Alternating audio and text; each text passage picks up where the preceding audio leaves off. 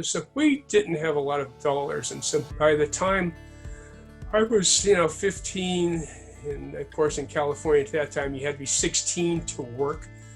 I figured out early on that there was no free ride to college. And so I got a job when I was 16, and I saved my money, and that coupled with a partial scholarship from the Navy ROTC program. That was how I put myself through Berkeley on my own. I didn't have a daddy do it for me.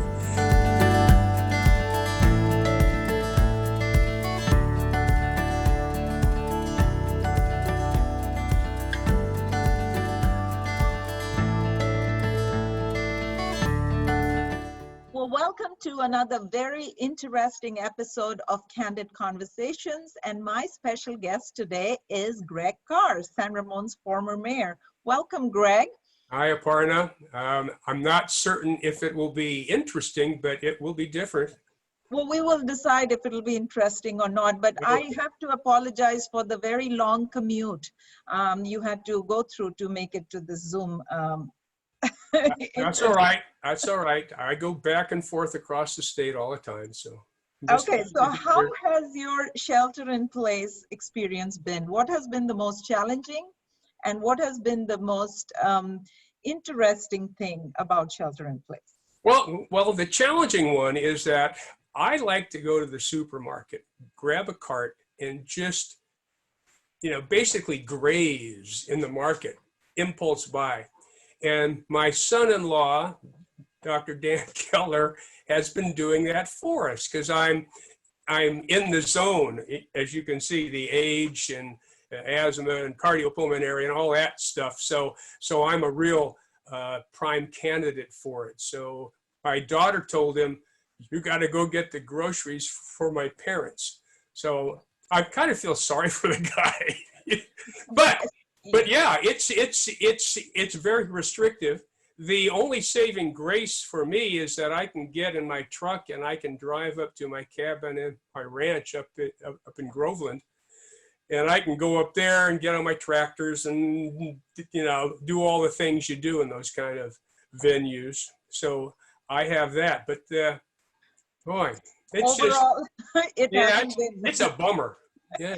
It is, but hopefully we're getting to enjoy the last few weeks or months before we open up fully. So I guess you'll get to enjoy the supermarket experience again. Well, one thing I keep telling people, and I sound like a broken record by this time, have you responded to the census questionnaire? yes, ma'am. I filled out my form dutifully and sent it off because I know if I didn't, I'd hear from you about it. So, Well, long time ago, by the way. We love early responders, but can you tell viewers why it is important to fill out the census? It's very important to give the government data about who lives in the town, the state, and the country, because what they do is they use data. They use data to, provide information to politicians, to boards, to decision makers, to, have a way to change things or improve things. Now, of course, depending upon your political persuasion, you can say, well, some of them do that and some of them don't. Yeah, okay. But in general, the government needs to know who's out there. The city of San Ramon needs to know so that they have an idea of the quantity of people and, on and on. So it's very important because a lot of decisions, as I just said, are data driven. So turn in your census forms, those of you who have the misfortune of watching me talk here, turn in your census forms, be good citizens, participate, because in the end, this is where you live and your information makes a difference. Thank you. Thank you for that message. So let's talk about Greg Carr, the little boy. Tell us about your childhood, where you grew up, and your parents, your grandparents, whoever was influential in your life. Oh my God. I was born in Albany, just across the hill. My father was going to college at Cal Berkeley, as was my mother. He had gotten out of the service in 45 after spending 6 years in the Navy, 3 of which he spent in the Pacific Theater full-time, never came home. Anyway, he was going to school there, and he was class of 49. Well, I was born in 48, so I was surprised. And I kind of shortened his program there about, and not having additional responsibilities. So I lived there. He graduated in 49, and he got a job at Wright-Patterson Air Force Base in Dayton, Ohio. And we went back there, and I grew up a few years in Ohio. And my kid brother Jeff was born there in 51. And then we moved to Los Angeles in 1952, early 52, to a place called South Central. And that's where we lived until 58. And I went to an old school, Figueroa Street School. It's still there. And I've had that opportunity when I was working for the University of California. I stopped in there and I talked with the staff and the principal and saw the facility. It was kind of interesting experience. So let's back up a little. So Albany, then so California, Ohio, and back to California. A little quick succession there in your trips. How was it in the household? Were your parents strict? Who was getting into more trouble between you and your brother? Yeah. My dad was the youngest of 6 kids. Grew up on a homestead farm in a little town in western North Dakota called Grassy Butte. Population 100 then, probably about that now. And it was hard time. They didn't have a lot of this, but they had food. And it was a hard life. And he was a taskmaster because he didn't want me to grow up in that situation. And he knew the value of education. So he was very demanding. And I had to toe the line. Of course, being the oldest, I always had to toe the line, even if my kid brother and my sister, who came along a lot later, were screwing around. It was always my fault. So you always had to get all A's? Is that what I'm hearing? Yeah, but that wasn't always how it turned out. Not until I got in grad school, but because by then in grad school, after the Navy, I'd grown up. But yeah, it was. Everybody worked. I had chores. At the age of 8, I got my first job cutting lawns with an old reel type lawnmower, old Briggs and Stratton engine on it, and I'm 8 years old. I'm starting this thing, or trying to figure out how to start it, and I'm out cutting the grass for the guy that owned the house, and so that was my first job. Were you able to mow the lawn evenly? I believe that's one. Oh of the yeah. You were okay, but I developed a lifelong dislike for cutting grass. I hate cutting grass. Because you started at 8, or because you just did not like it? Who knows? I just don't like it. So anyway, yeah. Okay, let's talk about your childhood. Now, you had some illness growing up. When did that start? Well, the first illness that almost, took me out, and I know there's some people who would have loved to have had that happen early, but I was about 6 to 7 months old, and I got whooping cough, and it was in Oakland where my folks were staying, and that was a bad childhood disease in those days and prior, and to my good fortune, my father, who was on a ship in the war, he didn't have a lot of time to sleep, so he was not a good sleeper. He heard me thrashing around in my crib one night, and he goes in, and I'm blue. And he grabs me, by the feet and whopped me on the back, and the phlegm came out, and I turned the proper color. So he saved my life.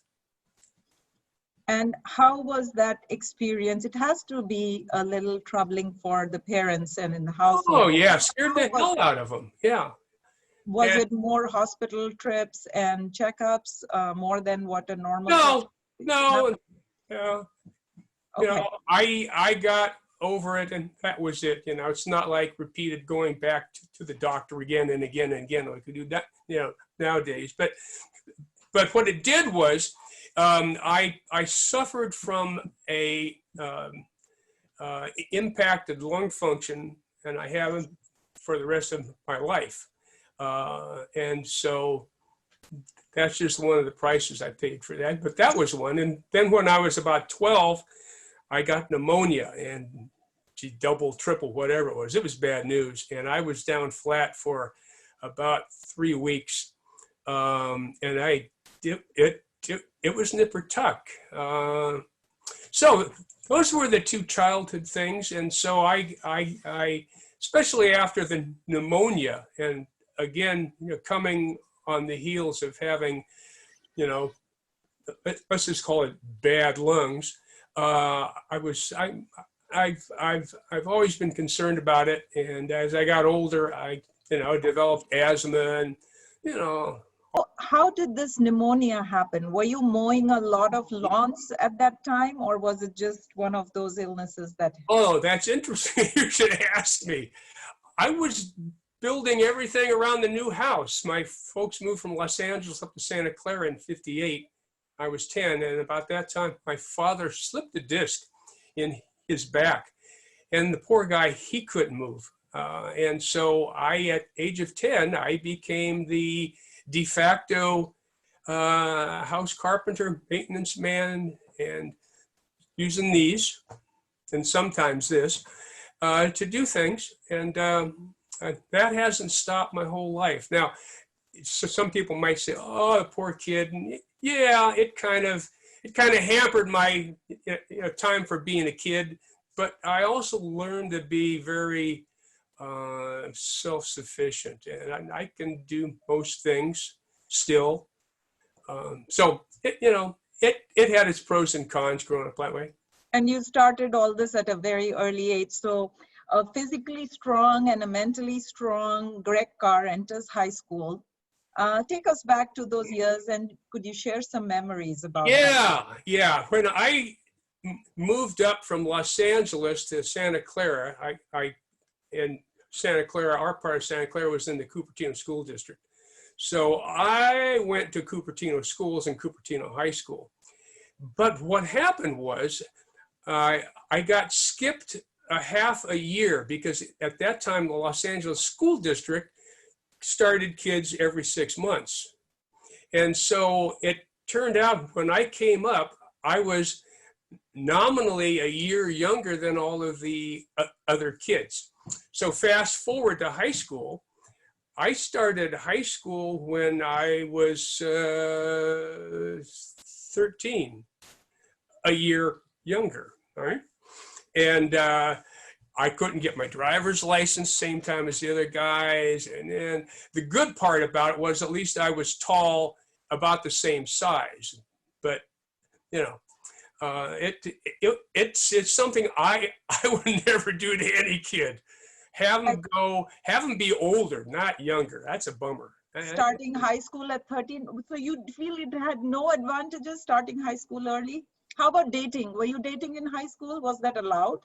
Yeah, a few times as I got into my senior year, but it that was, again, impactful. So high school for me was kind of a bunch of cliques, the kids, and I was, at the time, again, I was still doing a lot of things around the house for my folks because my father was highly incapacitated. So I didn't have a lot of free time for things. I tried sports, I did cross country, track and field, and I was noticeably lousy, or at least I tried. And after a couple years of, coming in at the end of the pack, I figured, well, I got to change my program here. So I did. And I spent my time on the academic things, but specifically on drafting. I found I had a skill to draw, mechanical drafting, and I took all 4 years of drafting. And the irony with that is when I got out of the Navy, in between getting out of the Navy and starting grad school, I had to get a job. And I got a job as an architectural draftsman, inking drawings with the old quill pens. And so that time I spent doing the drawing as a kid in high school, helped me earn a few dollars later in my life. So as I've gone through my life, it's kind of like you take a toolbox with you and you put tools in. And I've always felt that the person that has more tools, valuable tools, I'm not talking about invaluable or tools that aren't valuable, that allows them to do more things as they go down the path of their life. And so I always call it a toolbox. And so I have a lot of tools in my toolbox. Do you still use the quill pen? Oh, God, oh, no, oh, no, quill pens are gone. Then they came out with the Kohinoor type, and now they got CAD. CAD, great. It's changed everything. Yeah, it did. I don't do CAD because I'm too thick, but the people in my company in Mexico do CAD, and I have access to doing that. So anyway. So the transitioning seems to be working out well for you as you're discovering your talents. In the meantime, at around age 15, you travel to a summer job that brings out another passion. Yeah, that's interesting. My grandfather homesteaded, as I said earlier, in western North Dakota, about in 1906, 1908. He came out from Indiana. My grandmother said, "Okay, Leroy, you find a place that's got clean water and coal, and that's okay." So he did. They had coal and they had clean water on the place. And the Homestead Act at the time, you could go out and get 160 acres, which is a quarter section. It's 1/4 of a square mile of government land. You had to stay on it for a certain number of years. And then if you were still on it at the end of those number of years, it became patented, it became yours, it became your property. And so that's what they did. And it stayed in my family, and it's still in my family. My cousin, a cousin of mine, owns it now. But anyway, in 63, when I was 15, I spent the entire summer back there. And I have a great appreciation for farming and ranching, a great appreciation firsthand with these tools. And you can see there's a saddle back here. There's actually 3 saddles back there. So I have saddles. And I know how to ride. I was taught by my uncle to ride bareback. And anybody who has done that, okay, with jeans, you do that once, your jeans, they need to be washed because of the sweat of the horse. But anyway, he taught me to do that. And then I spent a lot of time working off a horse, bending fence, participating in roundup, all that kind of stuff. But the significant thing that hangs in my brain is sitting on a tractor for 12 hours a day, day in, day out, cutting hay, and perhaps disking the sod. My father had a disc plow, and I pulled that thing for days on an open tractor, in the sun, in the dust, and I absolutely hated that thing.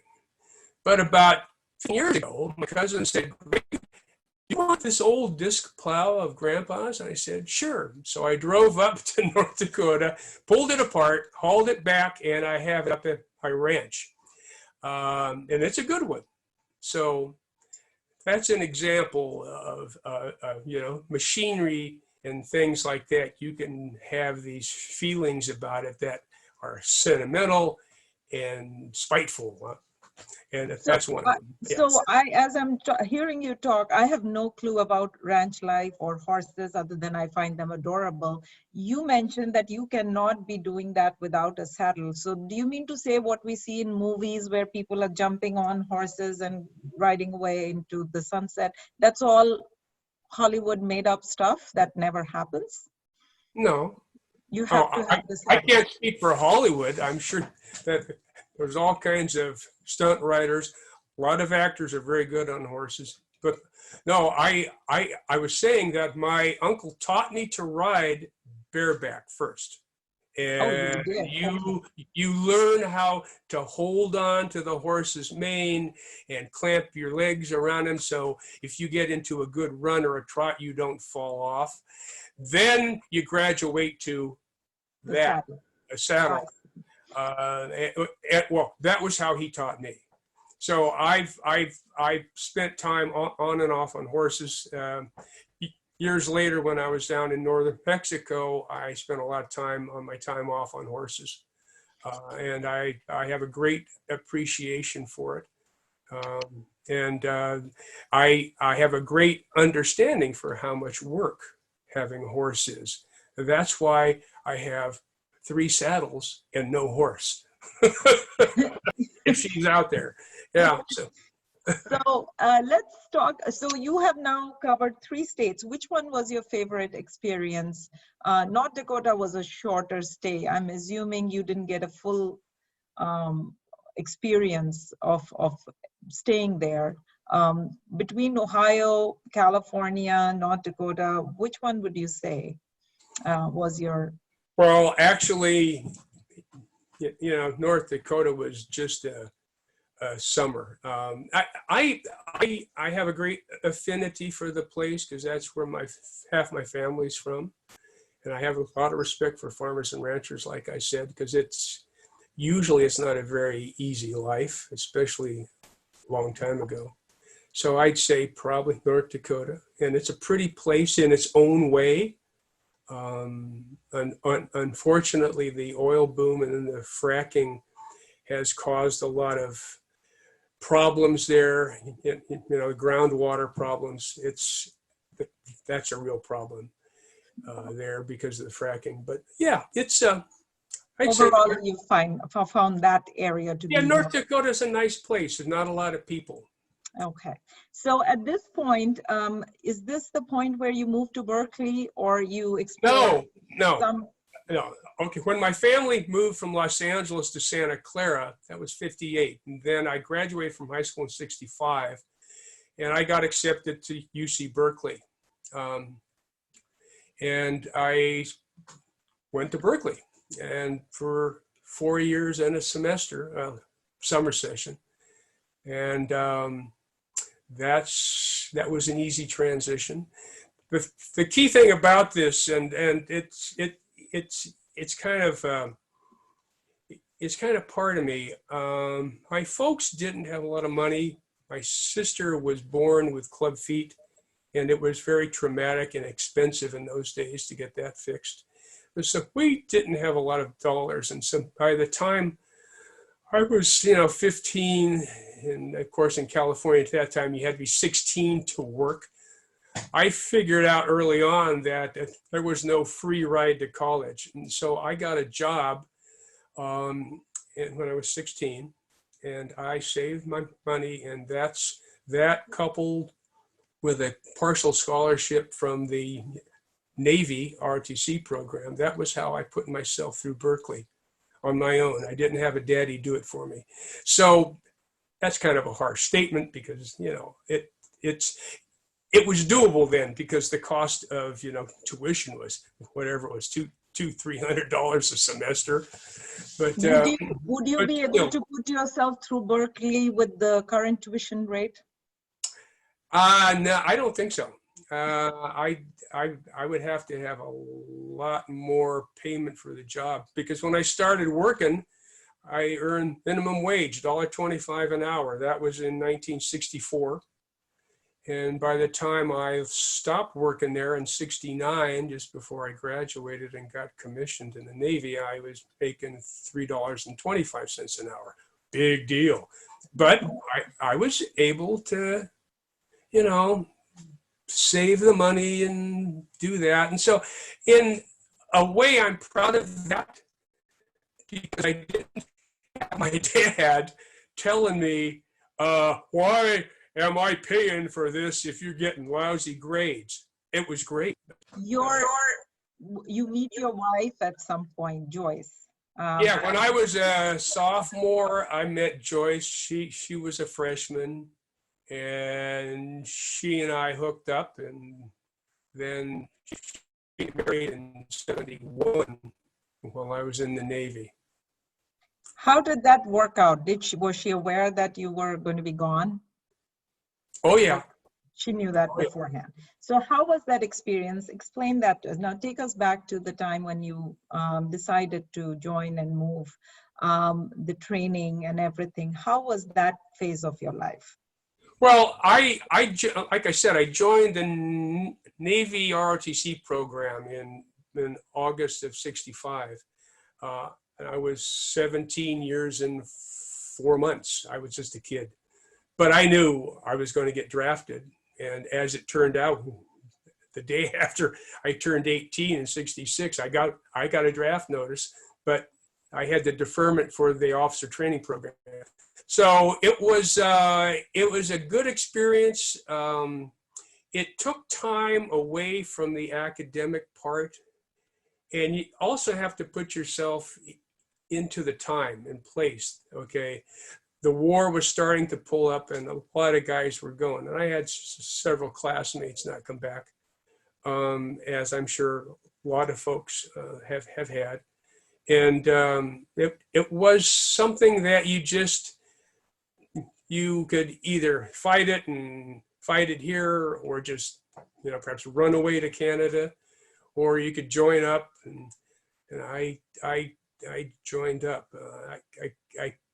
I come from a family that there's over 25 of us have joined the service, all volunteered, starting with my father, down to cousins, and nobody ever got drafted.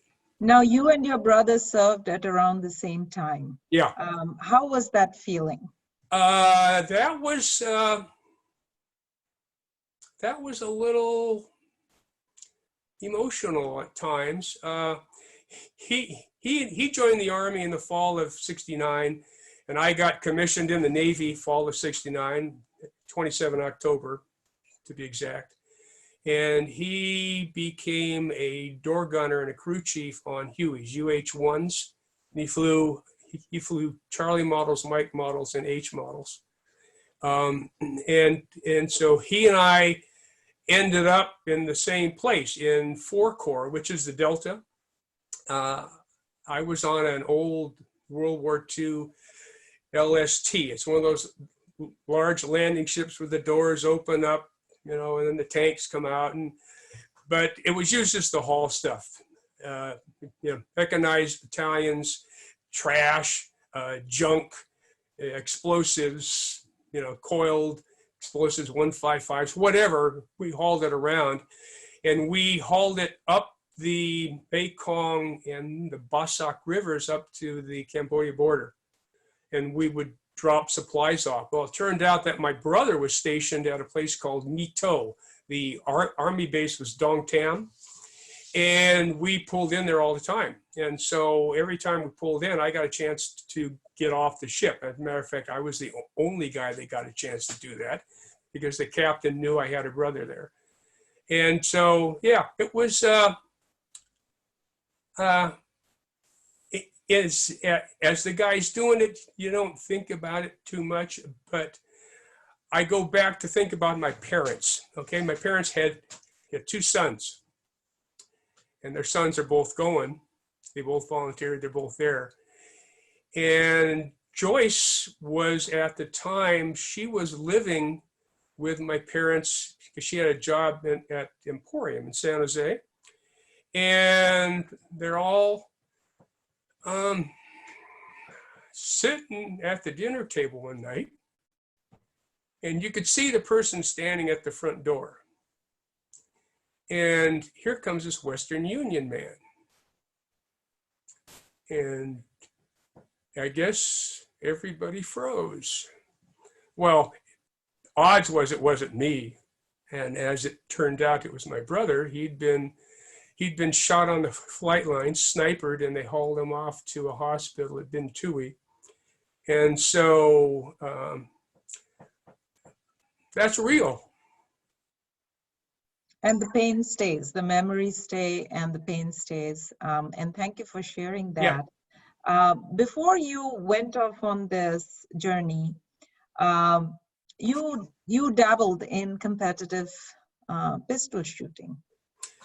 Yeah. Did that help in some way to become even more fearless, or what? No. Yeah. That's just a skill. I joined the Navy's pistol team at Cal Berkeley. It's almost an oxymoron thinking about it, right? And they had a shooting range underneath the pool at the women's gym. And anyway, I started out there, and I found I had a skill at it, and I still do.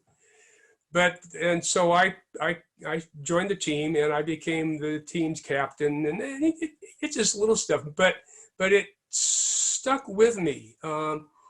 It takes a focus and a control over your hand-eye coordination, and the breathing, and the whole thing.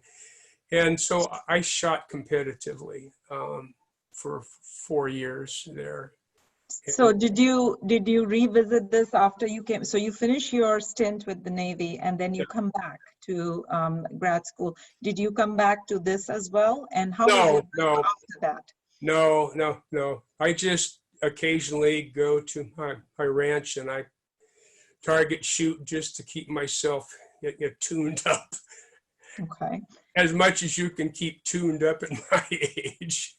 Well, tell us about the time you come back and you re-enroll essentially, and how is that transit? How do you even go through something that you go through and then come back to bring life to normal? Well, I was in a combat zone, but I didn't hold a gun or an M60 machine gun or get shot like my brother. But it makes you think, because it's your generation out there, okay? Hanging out the door of a helicopter, or in a hooch someplace, or at a fire base, and these guys were dying, and so it's a thing that you think about generationally, not personally, but if you cared about your country, if you were participating in it because you thought it was right, and at the time I did, it's emotional. It sticks with you, and so you come back. And I got out when I was 25. I got out as an 03 lieutenant. I'd gotten spot promoted to 03 lieutenant when I was only in the service for 2 years and 9 months. I got spot promoted. I was on a cruiser, and I was one of the 3 fleet qualified ODs on the cruiser, and the cruiser was a flagship, and we had screen of destroyers that if you stood the OODF watch, which I was one of 3 that did, you were responsible for that any time of day. And the scary part, the adrenal part, is you're doing that at night, darkened ship, and you've got an aircraft carrier, which was the John F. Kennedy in our case, steaming down your stern, a big boat compared to what you are.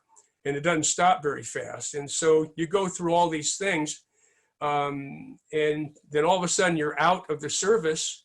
It's kind of like, is this all there is? And I know combat vets like my brother. Yeah, that was, it kind of you know, pursued the two of us in our individual different ways for years, you know, trying to find that adrenal high that you can't get in Civ Pack or Civ Land, wherever it is you end up. So. And before we go to your civilian life, did you make friends in that part of in that period, and do you stay in touch? Oh yeah, the Navy. Oh yeah, yep. I have several friends that I still keep in close contact with. As a matter of fact, the roommate on my first ship, the LST, he was the supply officer, George Fowler, hell of a good guy. And, you know, he and I are very close, like brothers. And yeah, so, and we still do.